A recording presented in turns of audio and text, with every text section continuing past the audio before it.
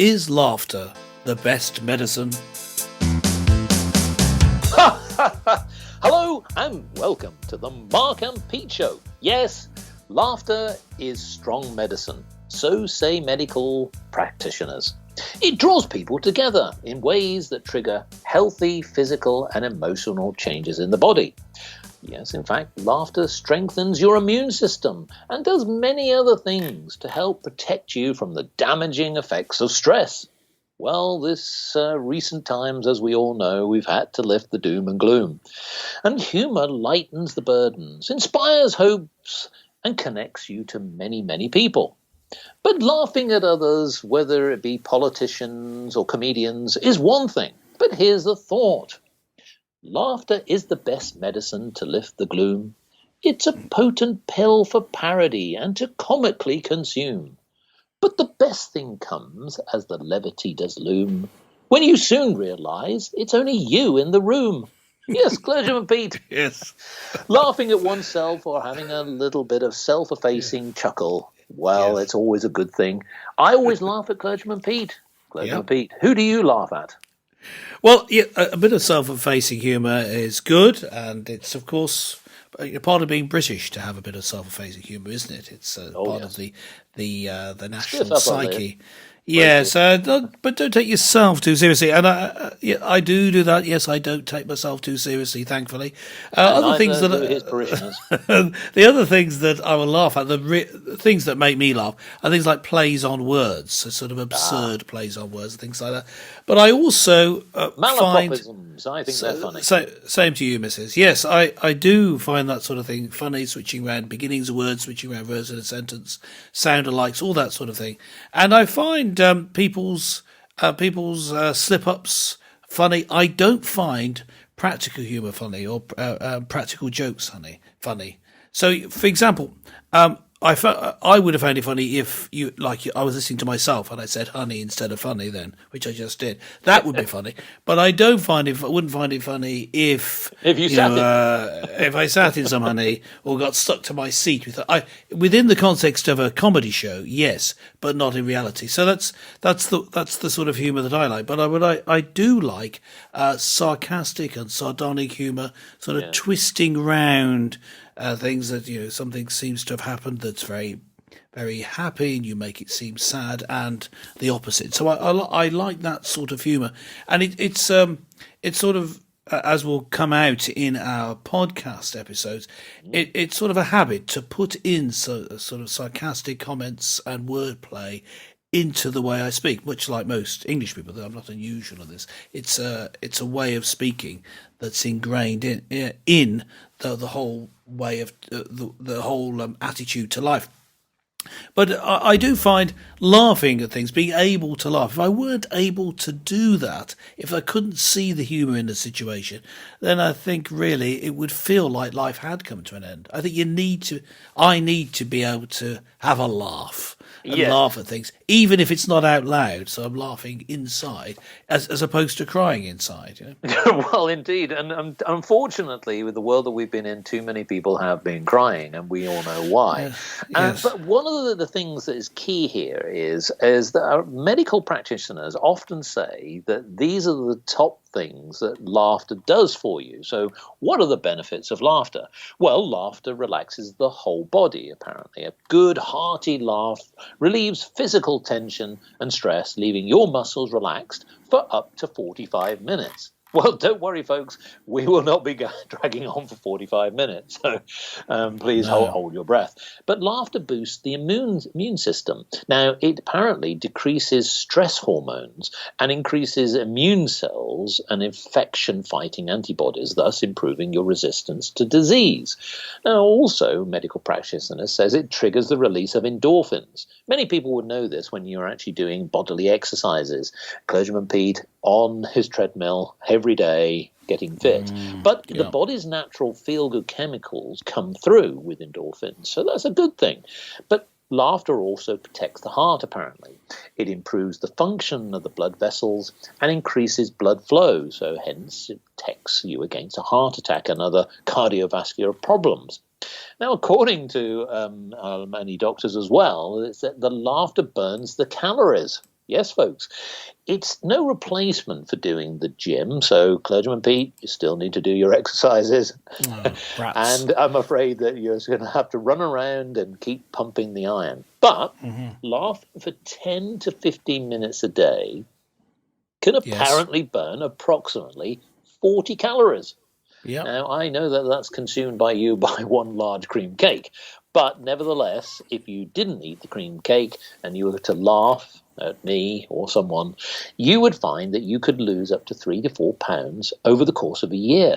Yes, think about that.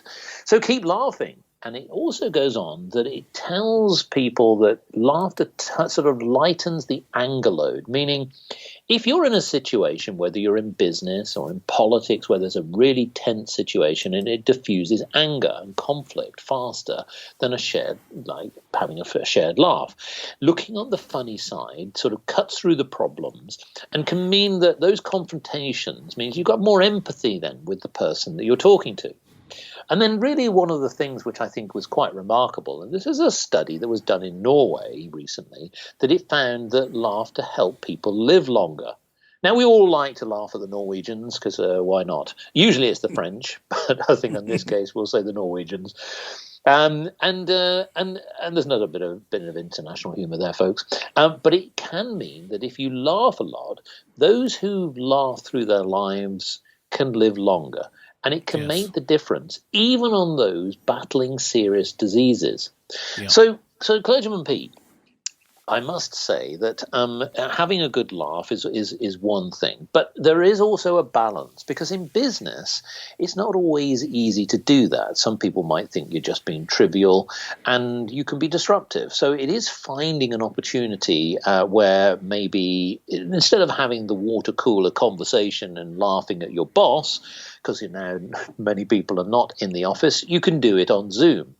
And actually, ironically, a lot of business leaders are allowing people to break out from their business environment and still have an open conversation, a fun session. So it's essentially like a zippy zappy Zoom. Just made that up, folks. Yes, you heard it here Is, first, and probably the which last is as well. Yeah. probably where you can get together with some of your colleagues and just have a bit of a laugh, talk about Yes. things Yeah. that are making you laugh out loud, whether it be somebody like Boris Johnson or Joe Biden, something that you've seen. Now, I want to come back to the style of humor because I know that you mentioned that wordplay makes you laugh. I Yes. know that laughter comes in different forms. Some people might look out of the window and see somebody walking along merrily, looking like a bit of a pompous oaf, and slipping up on a banana skin, and it makes them laugh. Now, of course, for the victim, it's not very funny. But for some, it might be very amusing. So that's the physical slapstick humor that often we see in comedies, etc. So what makes one person laugh may be very serious for another. So, Clergyman Pete, I want to ask you with this balance between how you make people laugh, but not being offensive, and I think that's really important as well. Yes, I'm reminded of David Cameron, the erstwhile Prime Oh, you're Minister making of me Great laugh Britain. already. Yeah. Yeah. Now he famously didn't know what the letters LOL Yes, meant it's true. in Yeah. contemporary language. They Yeah. used to mean lots of love. Yeah. But they tend to mean laugh out loud, and he, signed off a very serious message with LOL, and people laughed at it. I mean, you could say, for example, I'm very sorry for the death of your mother of serious cancer and complications. LOL. Now that's a missed. Even if you did that, that's a misplaced piece of humour. There's Yes. times when you can't be funny. When I do a serious sermon, I want to get across a spiritual point that I believe will help people. I'm tempted, if some wordplay comes up, to do the joke. But of course, I need to scale back the joke. And in fact, in sermons, you don't really want to have the jokes being too funny because it'll take away from the point being made. But you still need the humour. The humour or laughter at serious things is good in the right context. And you were talking earlier about having to create those contexts because we're not meeting at the water cooler anymore so much in businesses with the work being online. We do need that, and coping with serious situations, humour is vital for that, but it needs to be done in the right place. Gallows humour, they say. Gallows humour is great. Someone waiting to, the idea of that comes from someone waiting to go to the gallows. Someone's on death row, but if you get to the point where he's going to be hanged and everyone's having a good laugh and the hangman, is trying to tickle him or something, that's inappropriate. That's inappropriate. But the humour is useful in its right place. It's sometimes called black humour. Black humour meaning that you're laughing at something that seems very serious and dark and depressive. You laugh at it as a coping mechanism. Yes. Sometimes these days there's a new word out called copium, as though it's a medicine, as we were saying. Laughter is lots medicine. of it every day. Yeah, well, so laughter, if you're laughing in order to cope with something bad having happened, is like you've taken a good dose of copium. It's been used a lot to describe people who are strong supporters of Donald Trump. Then he lost the presidency in a completely fair election that happened at the end of last year. Yeah. Now, those who are having difficulty coming to terms with it, were laughing, for example, laughing at Joe Biden's Bo Biden. Him as well. Yes, him, that bloke, laughing at his mispronunciations, misdenunciations, as it might be, because it's a way of coping. You've got to switch the humour onto someone else, laughing at the terrible job that Joe Biden's doing from their point of view. Obviously, I would never say that, being a big fan of Biden here, as we all are here on this show. But laughter, that was a form of laughter, ladies and gentlemen, a form of sarcastic humour. But sarcastic humour is part of black humour. I think it's one of the forms of it, and it's needed if you're going to be able to cope. I just wanted to, before I hand back to you, Mark, I just wanted to just note that you can take this a step further and say, not just coping with difficult situations out there, a political situation that seems dire to you, if it does, but also for people who are in their personal lives are depressed. Its humour apparently can be useful. There was some recent research done on 19 patients who had depression, and they were studied to see if they still had their sense of humour. Well, they had lost their ability to joke. They weren't cracking jokes because they were depressed. It's what you would expect, really. But an interesting part of this study found that although they weren't able to create the humour, create the jokes as easily as they were before they were depressed, they were able to respond to humorous material, to comedy material. And this, this had changed their mood.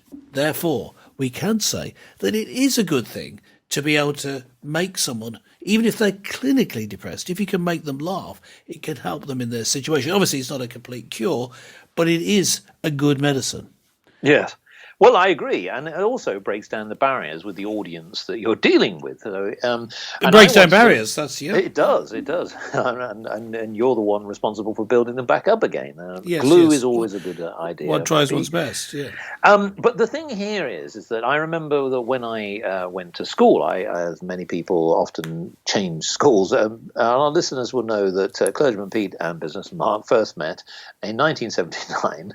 Yes, a few years ago. For the first time. And humour was, of course, one way of breaking down the barriers to find whether we had a similar sense of humour. So here's a simple example. Remember, this is a school, folks, children's humour. So here's what really broke down the barriers between us, which is knock, knock. Who's there? Europe. Europe who? Oh. And in that case, though, however, in that case, it was true. So that was reasonable. Yes. We both smelt. But so the fact of the matter is, it broke people. Yes.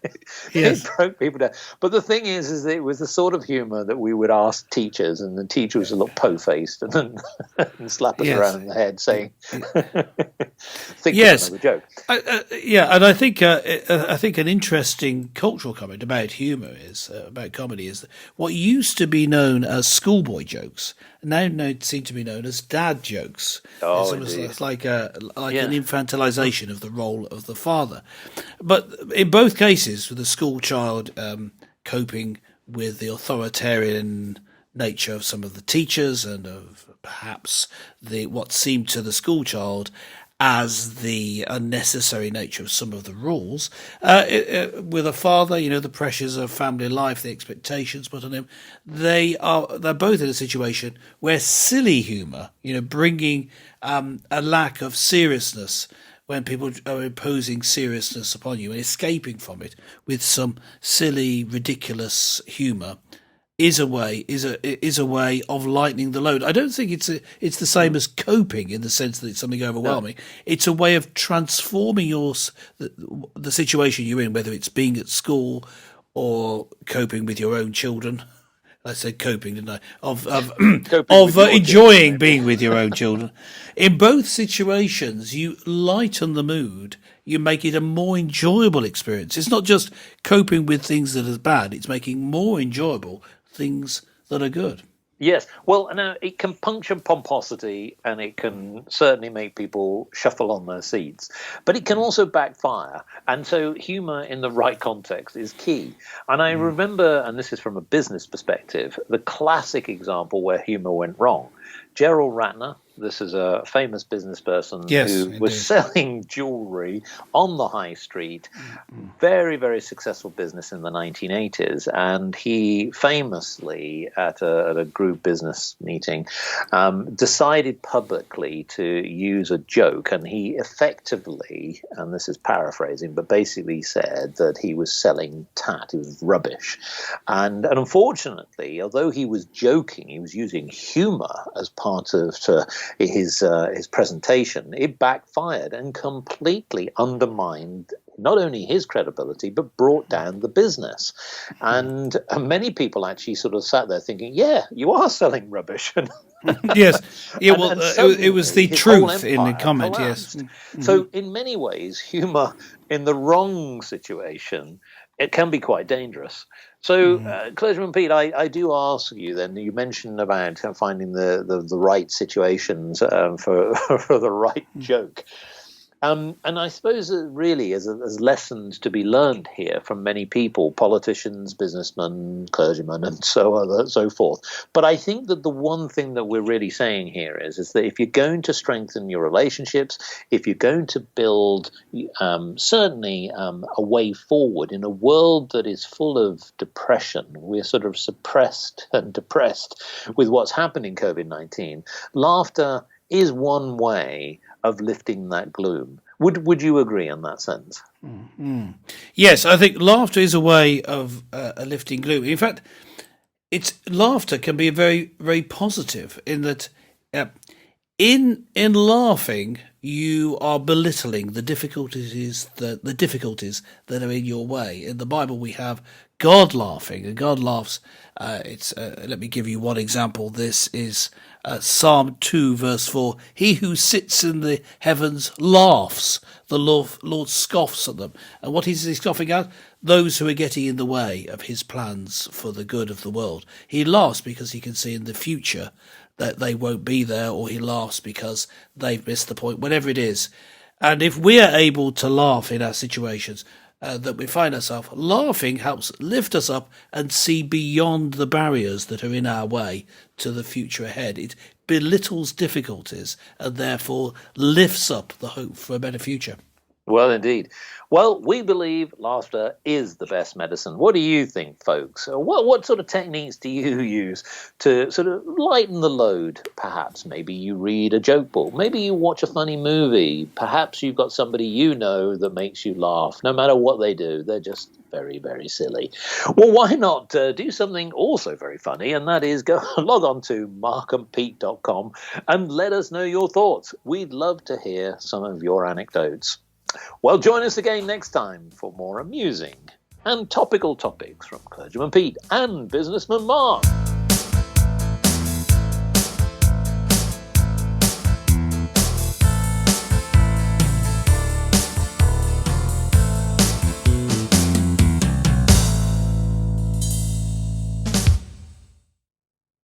Aha!